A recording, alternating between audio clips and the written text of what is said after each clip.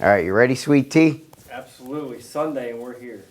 Yeah, sweet tea talk. All right, man. So today we're going over 5 ways to use TikTok to influence people, how to get followers on TikTok, and then we're going to put together the best compilation of blended videos on TikTok.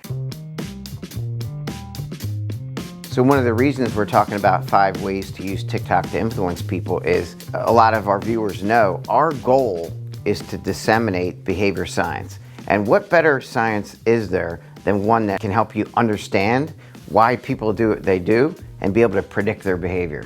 This all started where I was on the beach with Olivia, my daughter, on the Jersey Shore, and I see this whole crowd of people gathering around some guy, and my daughter's like, "That's the TikTok guy," and he had like a TikTok shirt on, and come to realize this guy has 1.6 million followers on TikTok.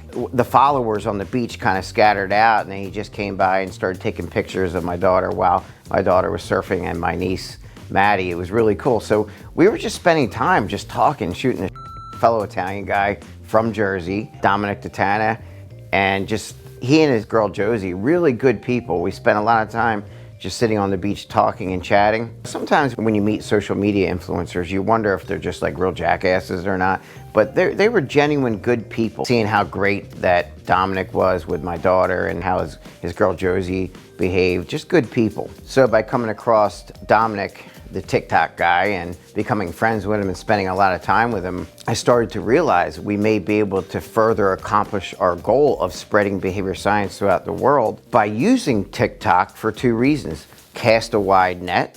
I know it's a lot younger audience, but hey, these kids that are watching TikTok and their parents, mostly the kids that are on TikTok posting videos, they may at some point want to be a board certified behavior analyst in the future. So I thought, what better way of doing it than grabbing some kids when they're young and seeing if we can influence them in an ethical way to learn about behavior science. By catching an upcoming platform like TikTok, we can cast that wide net like we always talk about and grab someone's attention to see what they care about, briefly get a glimpse of it, and we created this channel called Behavioral Karma, and the link's down below on TikTok.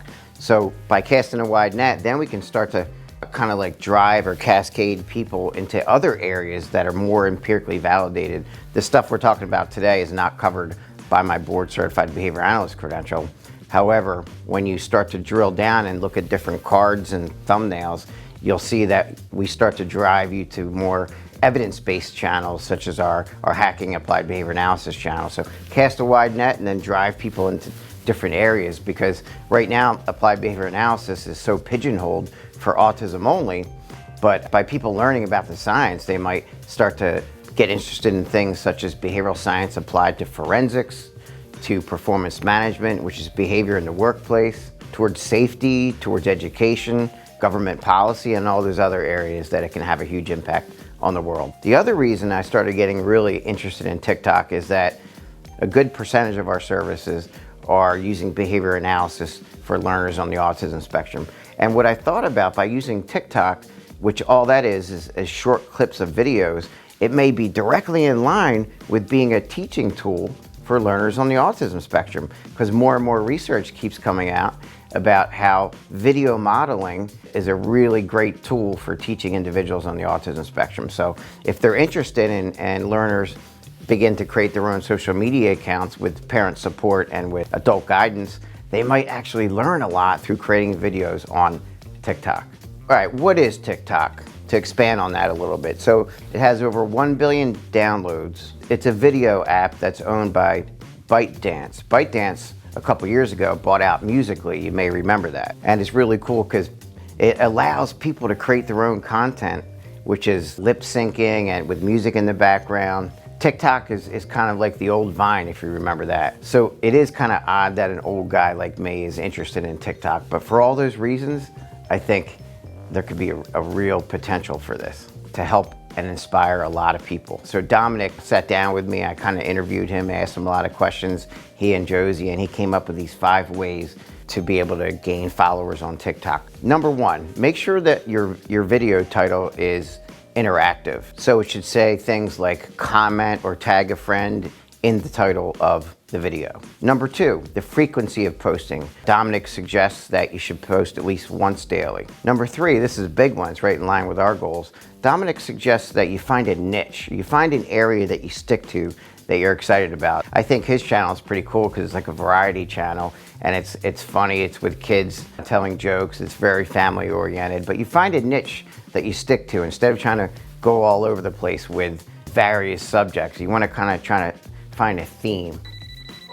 Oh, could you hand me that real quick? Hi, babe. Hello. Hi, can I call you right back? I'm just in the middle of filming and it's recording, but I'll be there. Oh, okay. That's okay. I love you. I'll see you at your house, right? Yeah. Okay, love you. Love you. Bye.